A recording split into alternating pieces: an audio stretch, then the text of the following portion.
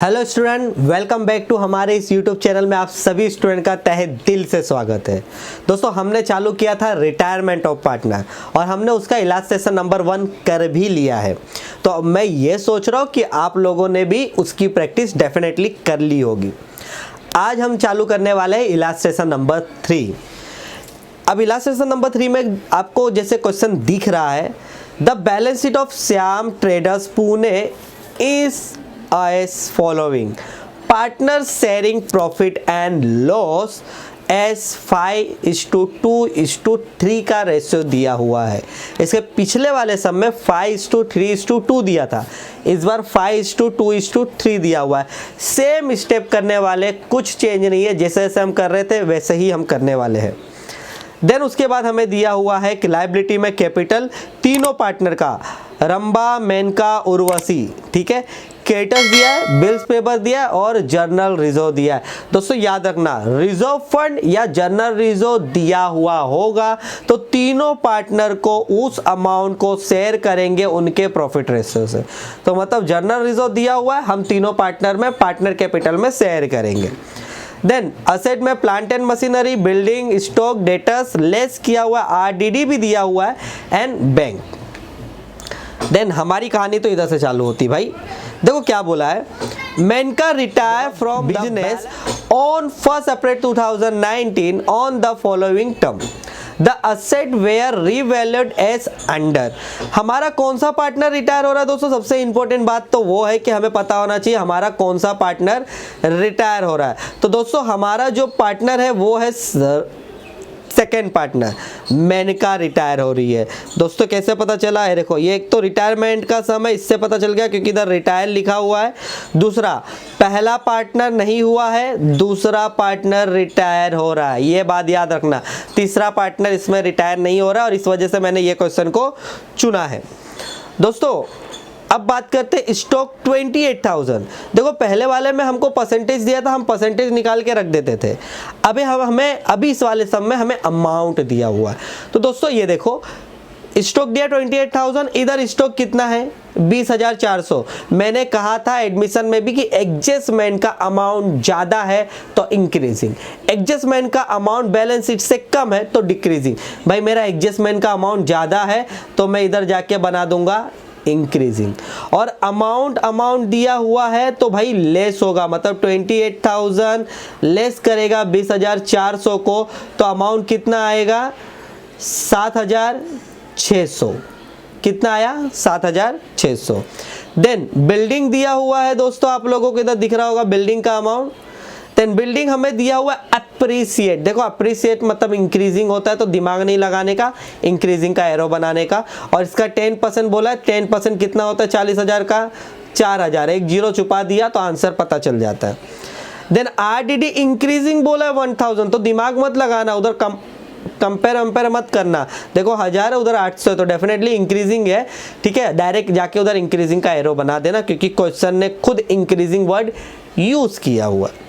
Then plant and machinery depreciation, depreciation मतलब down होता है, अप्रिसिएशन मतलब अप होता है। तो अप्रिसिएशन बोला इंक्रीज कर दिया, डेप्रिसिएशन बोला है तो डिक्रीज कर दूंगा।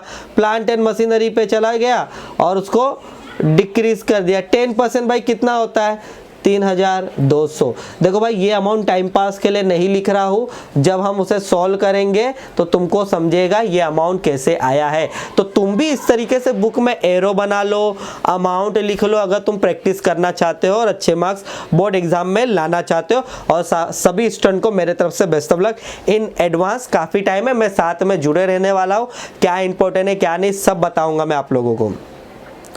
देन सेकेंड बोला है goodwill of retire partner value 8,000, मतलब जो पार्टनर रिटायर हुआ है उसके गुडविल की वैल्यू 8,000 है। एंड रिमेनिंग पार्टनर डिसाइड, जो बाकी के पार्टनर है उन्होंने डिसाइड किया है गुडविल रिटर्न बैक, वो गुडविल को रिटर्न बैक लेंगे न्यू प्रॉफिट रेशियो से। और न्यू प्रॉफिट रेशियो क्या है 5:3। मतलब जो दो पार्टनर बचे हुए हैं कौन, रंबा और उर्वशी, उनका प्रॉफिट रेशियो ये रहने वाला है और उस अमाउंट को वो रिटर्न बैक करेंगे। मतलब 5/8 और 3/8 रहने वाला है क्योंकि ऊपर वाले को हमको जोड़ देना है। एंड थर्ड इंफॉर्मेशन दिया हुआ है कि amount due to Menaka is to be transfer to her loan account. और इस बार एक क्वेश्चन में मेनका का जो अमाउंट होने वाला है बैलेंसिंग, वो पूरा का पूरा अमाउंट लोन अकाउंट में जाएगा, इस बार केस अकाउंट में नहीं जाएगा। अगर केस अकाउंट में नहीं जा रहा है, मतलब जब न्यू बैलेंस शीट हम बनाएंगे तो उसमें जो हमने केस में लेस किया हुआ था ना 5000 को इलास्ट्रेशन नंबर 1 में, इधर नहीं करना है क्योंकि इसमें तो केस लेके ही नहीं जा रहा है। तो जो अमाउंट इधर दिया सेम बैलेंस शीट में न्यू वाले में भी दिखेगा। अब हमें बनाना क्या है, हमें बनाना है प्रॉफिट एंड लॉस एडजस्टमेंट, इसे ही कहते हैं रिवैल्यूएशन अकाउंट। दोनों सेम ही है, सिर्फ नाम चेंज है। कैपिटल अकाउंट बनाना है पार्टनर का और बैलेंस शीट बनाना है न्यू फॉर्म का। तो चलिए दोस्तों हम सम को चालू करते हैं। ठीक है, ये याद रखना तीनों का ओपनिंग बैलेंस है कैपिटल का। ठीक है, पार्टनर कैपिटल में तीनों ओपनिंग बैलेंस में जाएगा, जनरल रिजर्व हम तीनों में शेयर करेंगे। ठीक है, और देखो ये सब ये पूरे रिवैल्यूएशन में आने वाला इधर तक का, ये पार्टनर में जाएगा, ये पार्टनर में जाएगा क्योंकि दोनों में पार्टनर का नाम है, और ये सब असेट एंड लायबिलिटी है। तो चलिए हम देखते हैं। जो अमाउंट उधर लिखा हुआ है उसे दोस्तों छोड़ देना, उसके ऊपर इफेक्ट आया नहीं है, लेकिन ठीक है तुमको इधर समझ में आ जाएगा। हमने profit and loss adjustment account बनाया। ठीक है, अब हमें पता है कि हमारा क्या इंक्रीज हुआ था, स्टॉक इंक्रीज हुआ था कितना 7600, मैंने दिखाया था लेस करके अमाउंट 28,000, उधर 20,400, तो ये आया था। देन उसके बाद दोस्तों बिल्डिंग भी हमारा क्या हुआ था, इंक्रीजिंग, अप्रिसिएट बोला था 10%, 40,000 का 10% 4,000, उधर भी लिख के बताया था और इधर भी है। देन उसके बाद RDD 200, कैसे 200, एडजस्टमेंट में इंक्रीज बोला था, लायबिलिटी इंक्रीज इधर होता है। ठीक है, और उधर 1000 बोला हुआ था इधर, और बैलेंस शीट में 800, दोनों को लेस किया तो 200। देन उसके बाद प्लांट एंड मशीनरी 3200। दोस्तों ये आपको हमेशा याद होना चाहिए, ये याद होगा तो ही आप ये चीज कर पाओगे, अदरवाइज नहीं कर पाओगे। क्या सर याद होना चाहिए, असेट डिक्रीज होगा तो डेबिट साइड में, लायबिलिटी इंक्रीज होगा तो डेबिट साइड में। असेट इंक्रीज हुआ तो क्रेडिट साइड में, लायबिलिटी डिक्रीज हुआ तो क्रेडिट साइड में। ये देखो ये स्टॉक इंक्रीज हुआ था, बिल्डिंग इंक्रीज हुआ था, हमने ऐसा उधर एरो बनाया था। ये देखो इंक्रीज हुआ तो असेट इंक्रीज किधर आया, क्रेडिट में आ गया। लायबिलिटी हमारा इंक्रीज हुआ था, मतलब RDD लायबिलिटी है, देखो लायबिलिटी इंक्रीज डेबिट में, और ये हमारा असेट है जो डिक्रीज हुआ था, देखो असेट डिक्रीजिंग इधर। तो मैं रूल को ही फॉलो कर रहा हूँ, जो मैंने आप लोगों को ट्रिक बताया है वो ट्रिक अगर आप फॉलो करोगे तो आपको समझ में आ जाएगा। हमने दोनों साइड की एंट्री मार दी दोस्तों। ये क्रेडिट साइड ज़्यादा था, इसका टोटल हमने इधर लिखा, सेम टोटल इधर कॉपी करेंगे और इन दोनों को ऐड करके इसमें से लेस करेंगे। जो बैलेंस आएगा इस बैलेंस को हम तीनों पार्टनर में शेयर करेंगे। कौन से रेशियो से, 5:2:3 रेशियो जो हमें दिया हुआ था। तो ये देखिए दोस्तों हमने उस रेशियो के हिसाब से तीनों पार्टनर को शेयर कर दिया। समझ में आया दोस्तों, क्लियर? कोई डाउट है, डाउट होगा तो कमेंट करना और वीडियो को एक बार लाइक जरूर करना, और वीडियो अच्छा नहीं लगे तो डिसलाइक भी करना। मैं लाइक करने के लिए नहीं बोल रहा, डिसलाइक बिंदास बिंदास करो, डिसलाइक भी, लेकिन करो तो यार, मुझे पता तो चले कि मेरे लोग इतने लोग वीडियो देख रहे हैं, मुझे पसंद और ना पसंद कर रहे हैं। जो ना पसंद कर रहे हैं उनके लिए फिर उनके हिसाब से भी वीडियो बनाया जाए। चलो ऐसा जोगो पार्ट था। तो चलिए दोस्तों देन हम बनाने वाले पार्टनर कैपिटल।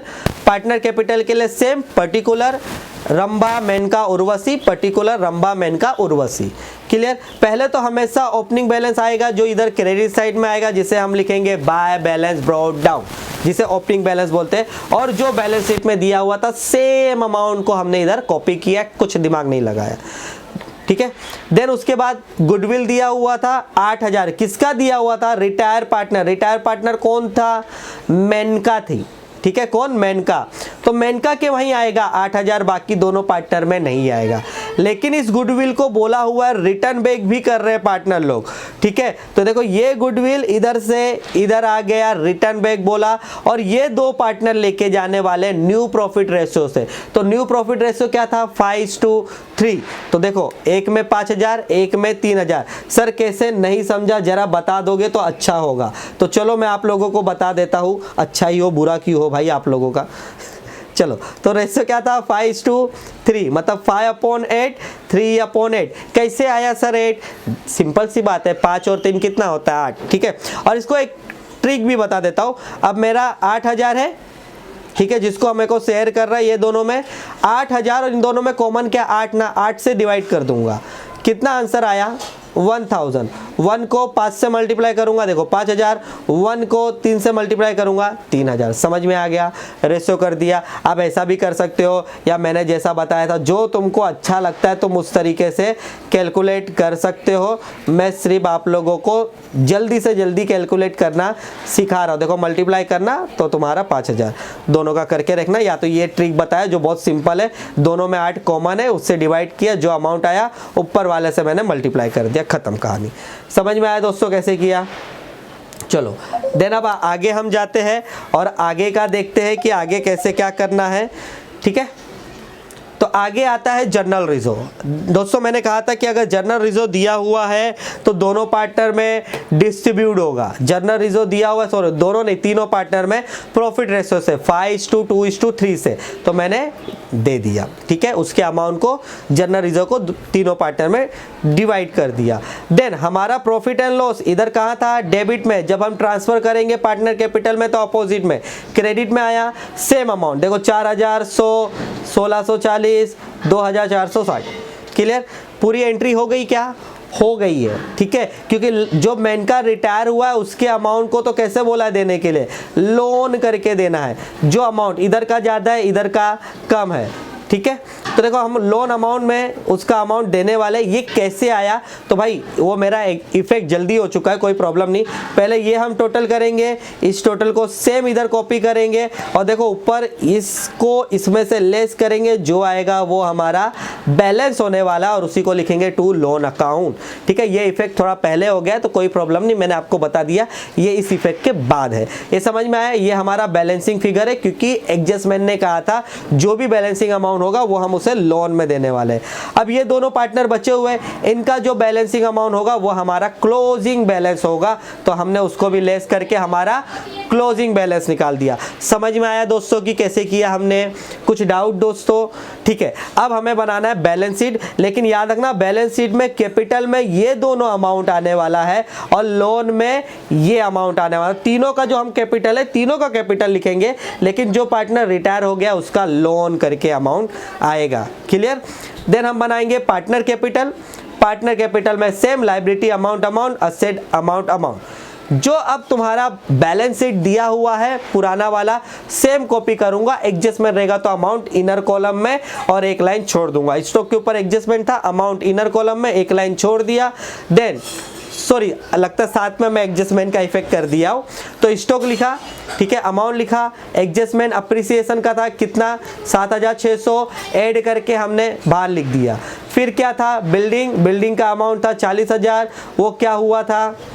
अप्रिसिएट हुआ था 10%, लिख के बाहर लिख दिया। देन उसके बाद क्या था? डेटर्स के ऊपर आरडीडी था, लेस किया 1000 रुपया, बाहर लिख दिया। फिर क्या था? Plant and machinery. ठीक है, क्या हुआ था? ये डेप्रिसिएशन था, अमाउंट लिखा, लेस करके बाहर कर दिया, 10% था। देन उसके बाद बैंक पे कोई भी इस बार इफेक्ट नहीं था, सेम अमाउंट चला गया। देन उसके बाद कैपिटल जो हमें दिया हुआ था सेम कैपिटल हम लिखेंगे जो पार्टनर कैपिटल में हमने निकाला, और लास्ट में हमने जो लोन अमाउंट निकाला था वो। क्लियर? देन उसके बाद क्रेडिटर्स दिया हुआ था वो हमने लिख दिया। फिर बैंक बिल्स पेबल दिया होता वो अमाउंट लिख दिया। देन हमने टैली कर दिया और दोनों हो गया टैली। अगर ये टैली नहीं होता है मतलब कि आपने कहीं ना कहीं गलती की है, वो आपको गलती फाइंड आउट करना पड़ेगा। और अगर आप टैली करते हो तो मतलब कि आपके सम का पूरा मार्क्स आपको मिलने वाला है। तो आई होप दोस्तों कि आपको सम समझ में आया। अगर समझ में आया तो वीडियो को लाइक करो, चैनल को सब्सक्राइब करो, क्योंकि ऐसे ही वीडियो आपको मिलते रहेंगे। मैं फिर से मिलता हूँ नेक्स्ट वीडियो में। जब तक के लिए दोस्तों जय हिंद, जय भारत दोस्तों।